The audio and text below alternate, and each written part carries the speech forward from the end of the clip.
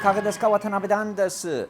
On today's episode of Alt Cinema, the weird side of Hollywood and the movies, we're going to talk about Eyes of Laura Mars and the American Giallo of the 1970s. Now, what's an American Giallo of the 1970s? Well, for one thing, it was something that really wasn't even thought about or talked about for a long time, and that is the influence of the Italian low-budget horror movies that came out in the follow-through of Bird with the Crystal Plumage. For example, in Bird with the Crystal Plumage, the Dario Argento film, and actually his debut feature, and one of his best movies, in fact, we got to see this weird amalgamation of a paranoid world where everybody was potentially stalked by anybody, that you never knew who your friend was, who your foe was, and it was all done in this very stylish sense that covered up for a lack of common sense. Now, we might say that Clute in 1971, which won Jane Fonda her Academy Award, is a prime example of this, because the world of Clute is one where you would think it's about the detective, because the detective is named Clute, but yet the real suspense in it is completely surrounded about the Jane Fonda character, who's a prostitute. And we figure out who the murderer is very early, so there's no real surprise in it either. It's more of a character study.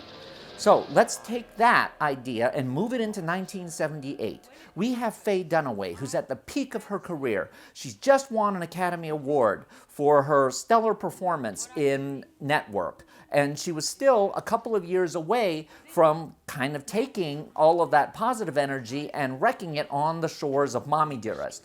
So she was still considered someone who could not only open a movie financially, but could be a great piece of casting, could pretty much play anything, and could bring a level of intensity to a role that might otherwise be considered just another common victim. But here's what was interesting about the film. It also proved to be an early stomping ground for a bunch of other people. Her co-star, Tommy Lee Jones, playing a detective, was far away from the days when he would be able to pretty much play anything and make it work. He was still a legitimate actor, but he was still carrying over a lot of the stuff that he brought to the world of soap operas. You had Irwin Kershner, who was a workaday director, did a lot of really good work, but had never really reached that first level. And while this movie wouldn't take him there, its stylization, its sense of paranoia, its sense of a different look at the common would get him the plum role of directing The Empire Strikes Back, which many now recognize as being the best of the 8, soon-to-be 9 Star Wars films, simply because he had a slightly different sense to it, a slightly more urban sense that isn't there in the Lucas films or any of the others, really, and which kind of contributes to its overall sense of paranoia. And then we have the guy who wrote it, John Carpenter. John Carpenter, who was trying out some of the tricks that he would later employ as a director when he was doing Halloween later on this year as one of the premier great horror movies and one of the most iconographic, and yet we see a lot of the tricks he would employ in that employed in this film, particularly the point of view of the murderer as the murderer is stalking the victim.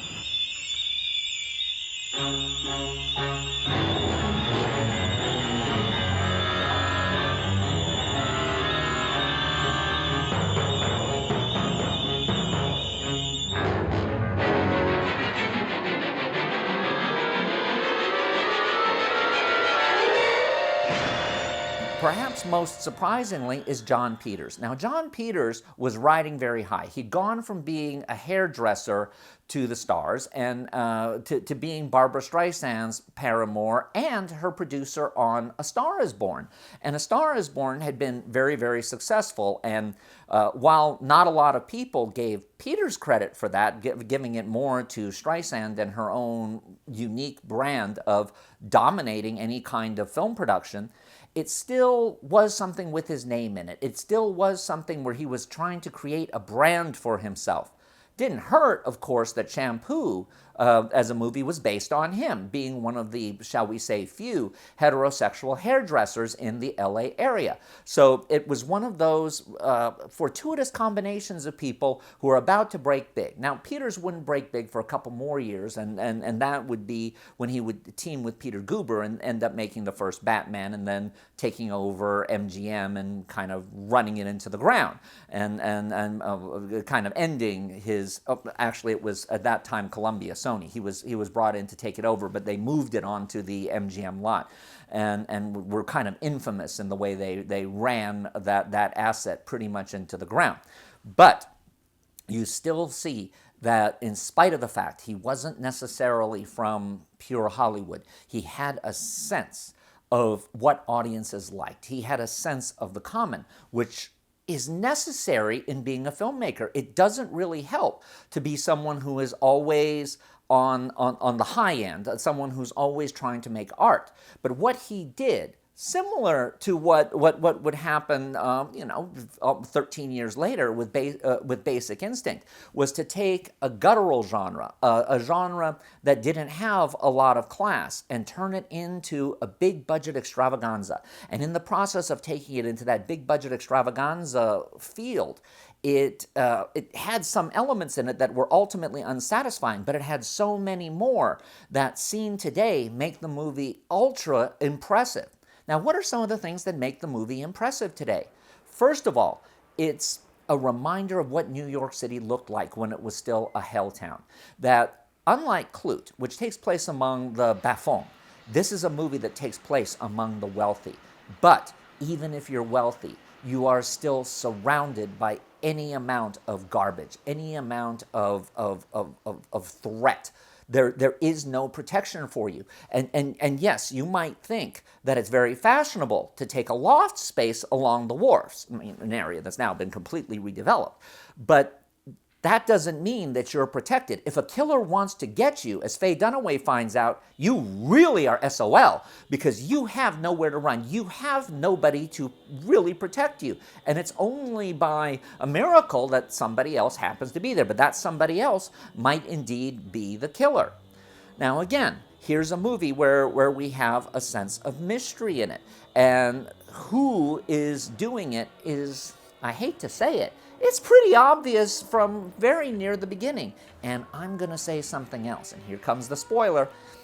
I'm going to say something else. You're not supposed to be surprised, because part of who the killer is the theme of the movie. And that's where Eyes of Laura Mars is so different from a typical horror suspense thriller today, that it is a movie with a theme. And what's the theme? The theme is that violence in art can indeed propel violence in people. While it's not directly stated, and in fact the movie plays at saying, well, no, that's not true, that the kind of art that Laura Mars is doing as a photographer, which is very violent, and she's selling antiperspirant on death, that has an impact on people. Now, I'd read the novelization that was based on the screenplay of this, and in that it's even more closely drawn, because when we get into the mind of the killer, it becomes more obvious than ever that the killer is the police detective, and that part of the reason he became a police detective was to escape his horrible background, but also because from a very early age he was connected psychically with Laura. There was just no way for him to approach her because she was from a different class from him. And during the process of watching the murders, we see that he has now put himself into her world. He commits the first murder before he shows up at the grand opening of her most recent exhibition. That is tragic. Absolutely tragic. You really think so? Yes, I think it's really tragic that this is the kind of junk that's passing for art these days. Oh. That's a completely different conversation. Well, don't you think it's a total hype? I don't understand. Hype, hustle, rip-off? Are you a critic? No. Do you know the artist? What's her name? Laura Mars. Yeah.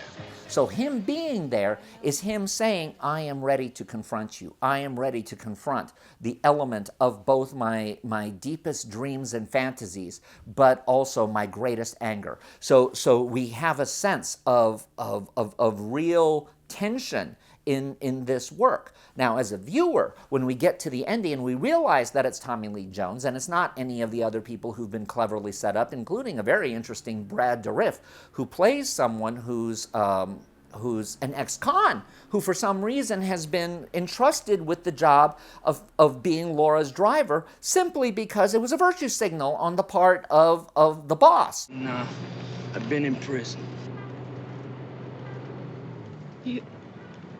What did you do, Tommy?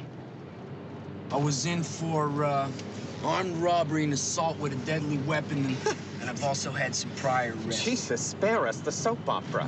You knew that, Mr. Phelps, when you hired me for Miss Mars. What kind of deadly... You did? You knew that? Why'd you find that so amazing?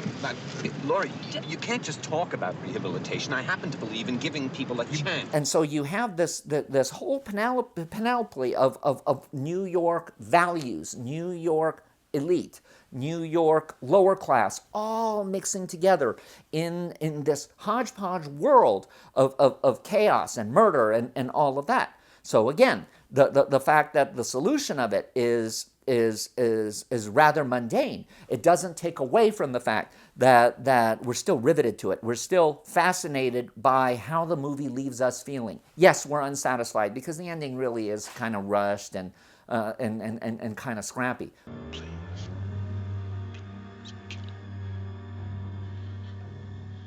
You love me. You'll kill him. No.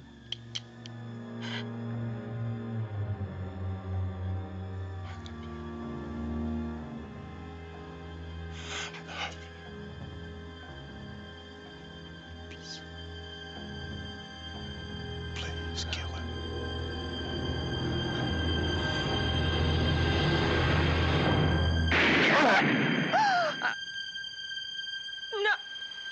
No! We do want to know more. We want to know more of how Tommy Lee Jones was able to make himself a success enough to cover his psychosis. Maybe it's just that the police department at that time was so desperate for people because the bad rap it was getting that they had to take anybody.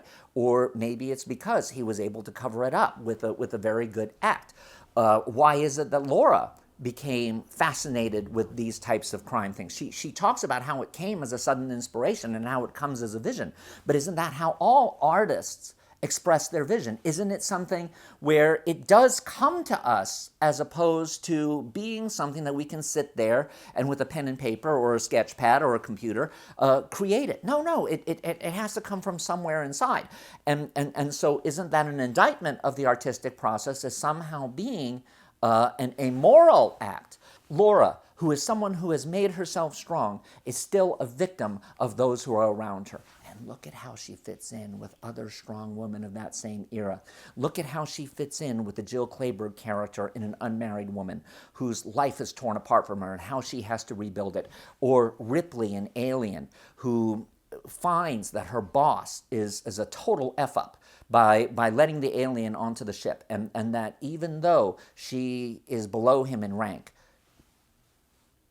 she doesn't cuss him out, but he knows he's bad, to the point where he allows himself to be killed by the alien because he knows that she's a better person to run the ship.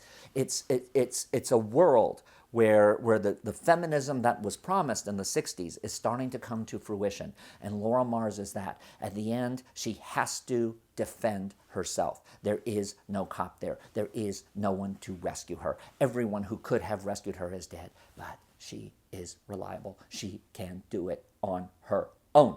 And that, of course, leads us to a very satisfactory movie overall. And at the very end, all we can do is be thankful that John Peters' original ambition, which was to have Barbra Streisand play Laura Mars, did not really work out. That Barbra Streisand herself realized that she wasn't the right person for that role, and she allowed Faye to step in and actually do probably the last of her really great performances.